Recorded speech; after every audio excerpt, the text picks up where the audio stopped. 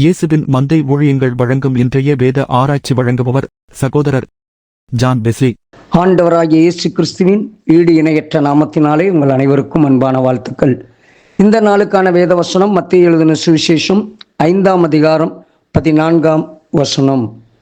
நீங்கள் உலகத்துக்கு வெளிச்சமாய் இருக்கிறீர்கள், மலையின் மேல் இருக்கிற பட்டணம் மறைந்திருக்க மாட்டாது.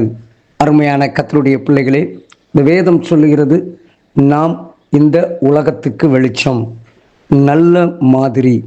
இயேசு கிறிஸ்து இந்த உலகத்திலே வாழ்ந்த நாட்களிலே அவர் நமக்கெல்லாம் மாதிரியாக வாழ்ந்து காண்பித்து போனார். என்னை பின்பற்றுங்கள் என்று அப்போஸ்தலனாகிய பவுல் சொன்னார். அருமையான கர்த்தருடைய பிள்ளைகளே, நாம் இந்த உலகத்திற்கு வெளிச்சம். வெளிச்சத்தை குறித்து சொல்லும்போது, விளக்கை கொளுத்தி மரக்காலால் மூடி வைக்காமல் விளக்கு தண்டின் மேல் வைப்பார்கள், அப்பொழுது அது வீட்டில் உள்ள யாவருக்கும் வெளிச்சம் கொடுக்கும்.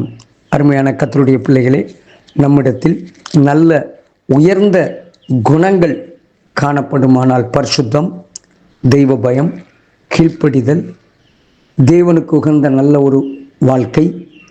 அப்போஸ்தலனாகிய பவுல் பிலிப்பியருக்கு எழுதும்போது சொல்கிறார், அவனவன் தனக்கானவைகளை அல்ல பிறருக்கானவைகளையும் நோக்குவானாக. கிறிஸ்து இயேசுவில் இருந்த சிந்தையே உங்களிலும் இருக்க கடவது. அவர் நமக்கு மாதிரியை வைத்து சென்றிருக்கிறார். ஆம், நம்மிடத்தில் உள்ள நற்கிரியைகள் மலை மேல் இருக்கிற வெளிச்சத்துக்கு சமம். நம்மிடத்தில் நம்முடைய வாழ்க்கையில் காணப்படுகிற ஒவ்வொரு குணாதிசயங்களும் மற்றவர்களுக்கு கடந்து செல்லக்கூடியது.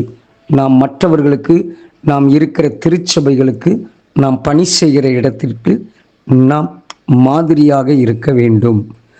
நம்முடைய குணாதிசயங்கள் மற்றவர்கள் பின்பற்றுகிறதாக இருக்க வேண்டும். அப்போஸ்தலனாகிய பவுல் அதைத்தான் சொல்லுகிறார். நான் உங்களுக்கு மாதிரி என்று சொல்லுகிறார். என்னை பின்பற்றுங்கள். இயேசு கிறிஸ்து சொல்கிறார், நானே வழியும் சத்தியமும் ஜீவனுமாயிருக்கிறேன். ஆண்டவர் நமக்கு சொல்கிறார், நான் உங்களுக்கு நல்ல மாதிரி. யோவான் 10ஆம் அதிகாரத்திலே சொல்லுகிறார், நானே வாசல். 10:9, என் வழியாய் ஒருவன் உட்பிரவேசித்தால் அவன் ரட்சிக்கப்படுவான், அவன் உள்ளும் புறம்பும் சென்று மேய்ச்சலை கண்டடைவான். அருமையான கர்த்தருடைய பிள்ளைகளே, நம்முடைய வாழ்க்கை மற்றவர்கள் பின்பற்றத்தக்கதாக, நம்முடைய சுய ஆதாயத்திற்காக நாம் செய்கிற செயல்கள், கிரியைகள், வாழ்க்கைகள் மற்றவர்களுக்கு மாதிரியாக இருக்க முடியாது. ஆம், இயேசு கிறிஸ்து சீசர்களை எல்லாரையும் அழைத்து வந்து அங்கே சொல்லுகிறார், அவர்களுடைய கால்களை எல்லாம் கழுவுகிறார். அப்பொழுது சீசர்களிலே பேதுரு சொல்கிறான், நீர் ஒரு காலும் என் கால்களை கழுவப்படாது என்றான். இயேசு அவனுக்கு பிரதியுத்தரமாக, நான் உன்னை கழுவாவிட்டால் என்னிடத்தில் உனக்கு பங்கில்லை. ஆம், அதை குறித்து சொல்லும்போது கர்த்தர் சொல்கிறார், மாதிரி. உங்களுக்கு அநேக மாதிரிகளை வைத்து செல்கிறேன். நான் உங்களுக்கு செய்தது போல நீங்களும் செய்யும்படி உங்களுக்கு மாதிரியை காண்பித்தேன் என்று யோவான் 13:15 சொல்கிறான்.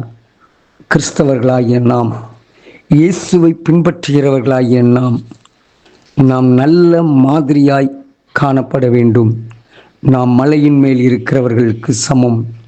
நம்முடைய வாழ்க்கையை உலகம் பார்க்கிறது. கிறிஸ்தவர்கள் உண்மையுள்ளவர்கள், கிறிஸ்தவர்கள் பரிசுத்தம் உள்ளவர்கள், கிறிஸ்தவர்கள் தெய்வ பயமிக்கவர்கள். இப்படிப்பட்ட உயர்ந்த குணம் நம்மிடத்தில் காணப்படுகிறதா? நாம் எப்படிப்பட்ட உயர்ந்த குணத்தை உடையவர்களாக இருக்கிறோம்? நம்மில் காணப்படுகிற குறைவுகள் நம்மோடு இல்லை. நம் மூலமாய் மற்றவர்களுக்கு கடந்து சென்று நம்மை பார்த்து மற்றவர்களும் துன்மார்க்கமாய் நடப்பதற்கு நாம் காரணமாய் இருந்துவிடக் கூடாது. நாம் தேவனுக்கு முன்பதாக எல்லா விதத்திலும், தாவீது சொல்கிறார் அல்லவோ, ரட்சிப்பின் பாத்திரத்தை எடுத்துக்கொண்டு கர்த்தருடைய நாமத்தை தொழுது கொள்வேன். கர்த்தருடைய ரட்சிப்பு, அவர் கொடுத்திருக்கிற மீட்பு, அவர் கொடுத்திருக்கிற விடுதலை என்னிலிருந்து மற்றவர்களுக்கு கடந்து செல்ல வேண்டும். அப்படிப்பட்ட நல் வழிகள், நல்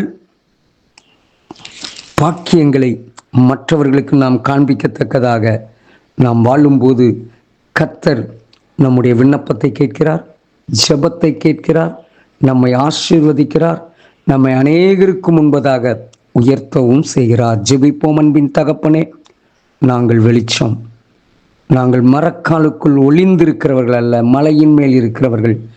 எங்கள் வெளிச்சம் மற்றவர்களுக்கு ஆசீர்வாதமாய் இருக்க வேண்டும், பிரகாசமாய் இருக்க வேண்டும். எங்கள் வாழ்க்கை வெளிச்சமாய் இருக்க வேண்டும். குறைவற்ற ஜீவியம் ஜீவிக்க வேண்டும். செம்மையானவர்களுக்கு இருளிலே வெளிச்சம் உதிக்கும். ஆண்டவரே, இருளில் வெளிச்சம் உதிக்கத்தக்கதாக எங்கள் வாழ்க்கை அமையட்டும். கர்த்தர் உங்களை ஆசீர்வதிப்பாராக. God bless you. ஆமென்.